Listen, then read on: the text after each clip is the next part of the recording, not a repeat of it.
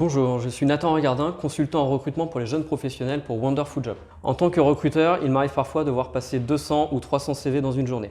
Et il faut savoir qu'un recruteur accorde en moyenne 6 secondes à un CV. Je vais donc vous parler en 10 points des éléments à valoriser ou des pièges à éviter pour que votre CV soit un atout dans vos recherches et dans vos candidatures. Conseil numéro 1, publiez un CV à jour sur les CV Tech et sur les réseaux sociaux.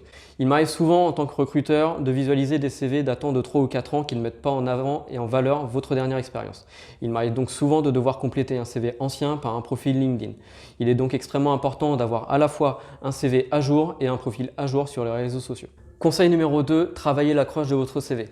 Un CV doit généralement comporter une accroche qui est bien souvent le poste que vous visez. C'est également ce qui donnera une cohérence entre votre parcours professionnel, vos expériences, vos formations et le poste que vous convoitez.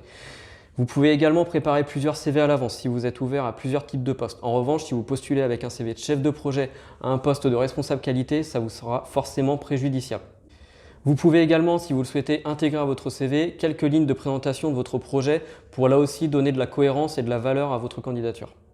Conseil numéro 3, soyez synthétique, structuré et concret. Privilégiez tout d'abord la mise en avant de vos expériences les plus récentes et les plus consistantes par rapport à l'offre à laquelle vous postulez. Organisez donc votre CV de façon antichronologique, de façon à éviter les redites et à mettre en avant votre développement professionnel. Si vous sortez de formation initiale ou continue et que vous avez peu d'expérience professionnelle à mettre en avant, capitalisez sur le contenu de vos formations et à l'avenir, lorsque vous aurez votre première expérience, vous pourrez à l'inverse capitaliser sur celle-ci. Lorsque vous rédigez votre CV, privilégiez également des phrases courtes, évitez les paragraphes et allez tout de suite droit au but avec des informations concrètes, voire chiffrées si possible.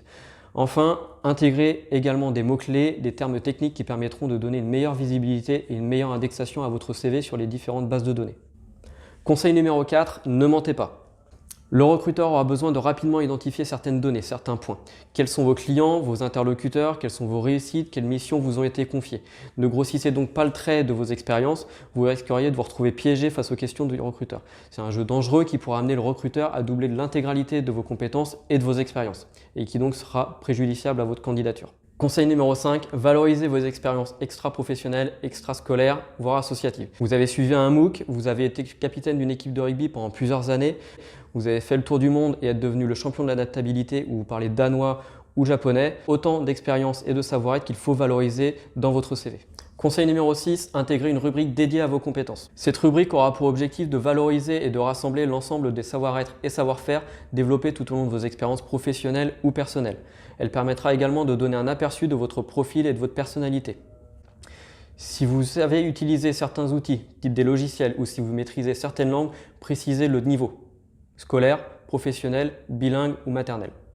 Conseil numéro 7, choisissez un graphisme et une mise en page au service de l'efficacité. Sur Internet, vous pouvez très facilement trouver des modèles de CV, tous très différents les uns des autres. Privilégiez une approche sobre qui garantisse la lisibilité et la bonne compréhension de votre parcours. De même, évitez de faire appel à trop d'icônes. Ce sera préjudiciable au moment de l'indexation par les systèmes informatiques. Privilégiez anglais niveau professionnel plutôt que d'utiliser la notation de 3 étoiles sur 5 par exemple. Conseil numéro 8, indiquez des données d'identification claires. Votre nom, prénom, numéro de téléphone, adresse mail et localisation doivent apparaître sur votre CV. Vous pouvez également y ajouter votre identifiant Skype. En revanche, il n'est pas obligatoire d'indiquer votre adresse précise ou votre situation familiale. Enfin, si c'est le cas, n'hésitez pas à indiquer votre mobilité nationale ou internationale. Conseil numéro 9, choisissez bien votre photo. Certains recruteurs vont privilégier des CV sans photo car cela permet de lutter contre certaines formes de discrimination. Beaucoup d'autres vont préférer des CV avec photo car elles permettent d'incarner le CV. La photo permet également de mieux vous identifier et de mieux mémoriser votre candidature. Si vous optez donc pour un CV avec photo, privilégiez une photo récente qui vous permette de savoir qui vous êtes tout en restant professionnel. Conseil numéro 10, mettez-vous à la place du recruteur. Pour résumer, lorsque vous rédigez votre CV, vous devez vous assurer tout d'abord qu'il soit trouvable et identifiable sur les CV Tech et que le recruteur ait également envie de vous contacter. Il faut donc vous relire et faire relire votre CV pour vous assurer qu'il n'y a aucune faute d'orthographe ou de grammaire. Pour certains recruteurs, ce sera rédhibitoire. Si vous postulez à un poste international ou pour un recruteur étranger, vous pouvez également privilégier l'utilisation d'un CV anglais ou rédigé dans la langue du pays de destination.